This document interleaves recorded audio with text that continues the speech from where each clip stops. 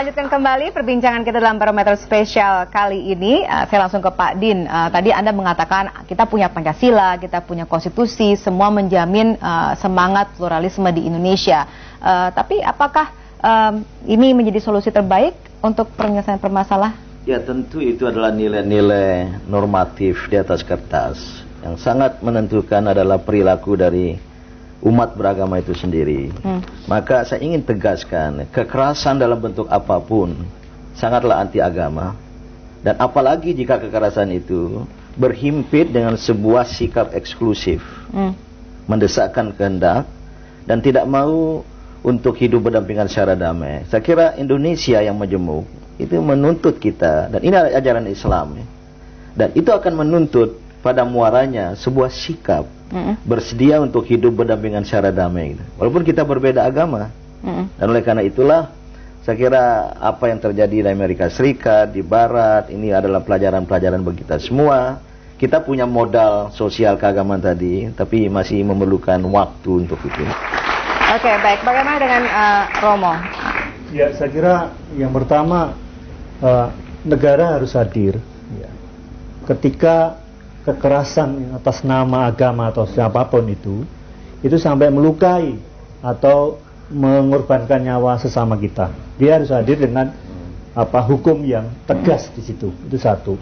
Yang kedua, polisi maupun Departemen Dalam Negeri itu dengan undang-undang yang RU-nya sekarang lagi digarap lagi, itu menegaskan, ya, termasuk diskusi yang paling terakhir ini malah semua ormas yang juga anti Pancasila, Pak Din tadi mengatakan malah yang anti humanitas, ya, anti kemanusiaan, ini yang harus betul-betul ditandatanyai gitu loh. Kalau perlu di stop gitu ya kan, untuk ke arah sana. Lalu yang ketiga yang saya mau mengatakan, jangan atas nama tafsiran kitab suci dan minjam tangan Tuhan, lalu kita pakai kekerasan, itu tidak pernah menjadi pesan agama. Kalau itu yang terjadi, kita akan berat itu, ya kan?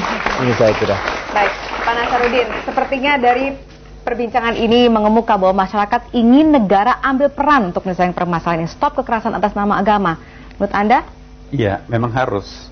Ya, diminta atau tidak diminta, dimanapun ada kekerasan, pemerintah harus terlibat. Dan sesungguhnya juga pemerintah sudah terlibat, ya. Cuman dalam penafsiran kita melihatnya seperti apa bentuk keterlibatannya, itu muncul perdebatan-perdebatan, ya kan. Tapi bagaimanapun juga saya setuju ya bahwa ini juga sekaligus merupakan himbauan saya terhadap komunitas kita. Janganlah terlalu gampang melegitimasi kepentingan-kepentingan kita itu dengan dalil-dalil agama, ya. Karena itu dampaknya itu bisa sangat dahsyat, ya kan. Ikatan primordialisme itu bisa kalah daripada ikatan semangat keagamaan itu sendiri. Jadi saya menghimbau hati-hati kita dalam menjustifikasi, melegitimasi diri kita itu dengan bahasa agama, sebab itu dampaknya bisa sangat jauh.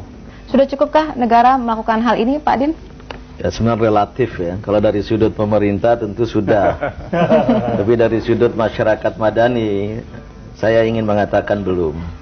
Dan justru, mohon maaf kepada wakil pemerintah, kekerasan yang berlanjut ini sebenarnya di luar domain agama. Saya kalau ditanya apakah sikap tokoh agama, saya kata itu bukan persoalan agama. Itu kriminal. Maka negara harus hadir, terutama dengan penegakan hukum. Kalau negara tidak hadir, absen, maka inilah yang membuat kekerasan demi kekerasan dan nyaris meluncurkan negara yang kita cintai ini kepada negara kekerasan gitu. Terutama karena ada state violence. Ketidakhadiran negara adalah wujud dari state violence, kekerasan negara. Apalagi mohon maaf jika berhubungan dengan dunia permodalan, maka ada capital violence. Jadi capital violence, kekerasan modal didukung oleh kekerasan negara, ini yang kemudian menggerakkan rakyat untuk melakukan tindakan anarkis yang juga saya tidak setuju, ya. Kalau segera tidak dipadamkan, di stop, ya, berbagai kekerasan ini. Tapi violence in all forms, kekerasan dalam berbagai bentuknya, individual violence, kekerasan individual, group, state violence, capital violence, all are the enemies of religions, adalah musuh agama ini. Oke, baik, kita sekali lagi. So, religious violence is a criminal act. So, no tolerance for that whatsoever. Okay, so Mr. Syed, your closing statement. Well, I mean, we have been talking about violence. this comes from hate. So we have to make sure at every level, in every form, that there is no hate between human beings. It is not spread in the name of religion, it's not spread in the name of authority, whatever form it may be. So then and alone we will be able to see a time when there will be not that kind of conflict and violence. Yeah. Rabbi Julie? Thank you.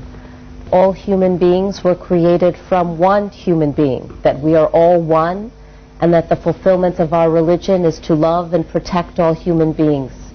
Democracy provides the opportunity for us to fulfill this sacred teaching because it teaches us that all human beings are equal and deserve equal safety and protection.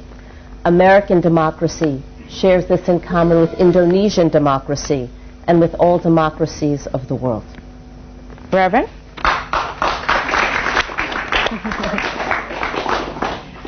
Two things come to mind in the area of fighting violence in the name of religion. The first is a special job for religious leaders.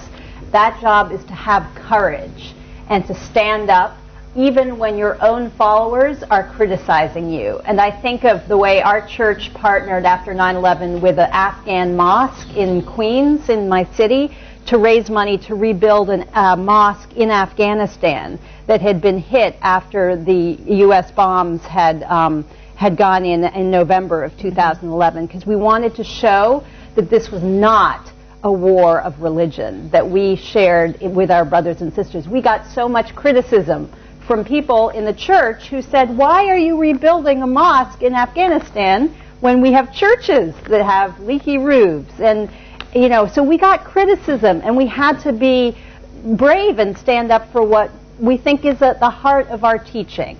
Likewise, there is a job for government leaders, law enforcement particularly, and that is in New York City we have a special category of crime called hate crimes. If you are shown to commit a hate crime, in other words, you are damaging a person or property not just because you want something, but because they are of a different religion or race or ethnicity than you, you get twice or 3 times the punishment.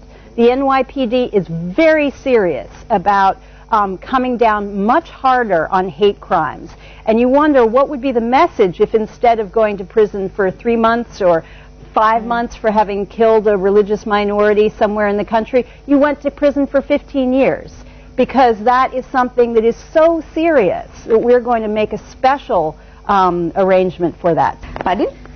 Ya, selain itu yang perlu juga hadir adalah kesadaran dalam diri kita masing-masing bahwa kekerasan itu bertentangan dengan agama manapun.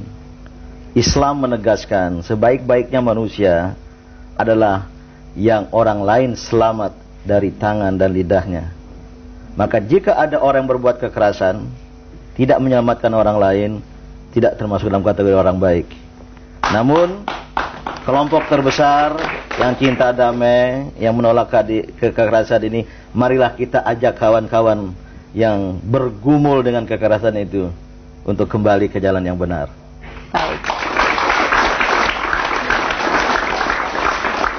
Ya, baiklah saudara, dari perbincangan hari ini kami harapkan dapat memberikan inspirasi, dapat memberikan masukan kepada kita semua bahwa kita sepakat bahwa kekerasan atas nama agama harus dihentikan, karena kita semua juga mengetahui bahwa semua manusia adalah sama. All human beings are equal and we are all brothers and sisters. Yes? Ya, tokoh lintas agama ini sudah membahasnya untuk kita, dan mudah-mudahan ini bisa menjadi inspirasi untuk Anda juga di rumah dan untuk bisa menjawab masyarakat kita supaya tidak terjadi lagi kekerasan atas nama agama di Indonesia di masa yang akan datang. Dan tentunya saya mewakili tim yang bertugas malam hari ini mengucapkan terima kasih Anda telah bersama kami dalam program Barometer Spesial Stop Kekerasan Atas Nama Agama.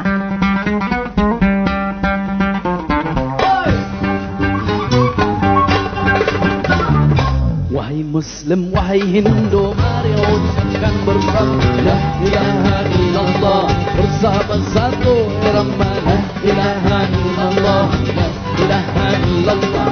Ikut Buddha dan Yesus, mari kita mengucapkan La ilaha illallah, masuk dalam taman La ilaha illallah.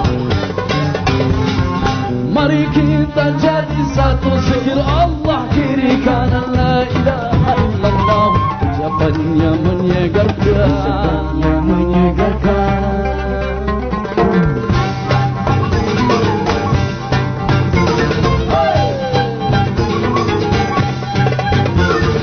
Wahai Muslim, wahai Hindu, bersama la ilaha illallah, bersama satu irama la ilaha illallah, la ilaha illallah. Pengikut Buddha dan Yesus, mari kita mengucap la ilaha illallah. Mari masuk dalam damai la ilaha illallah, la ilaha illallah.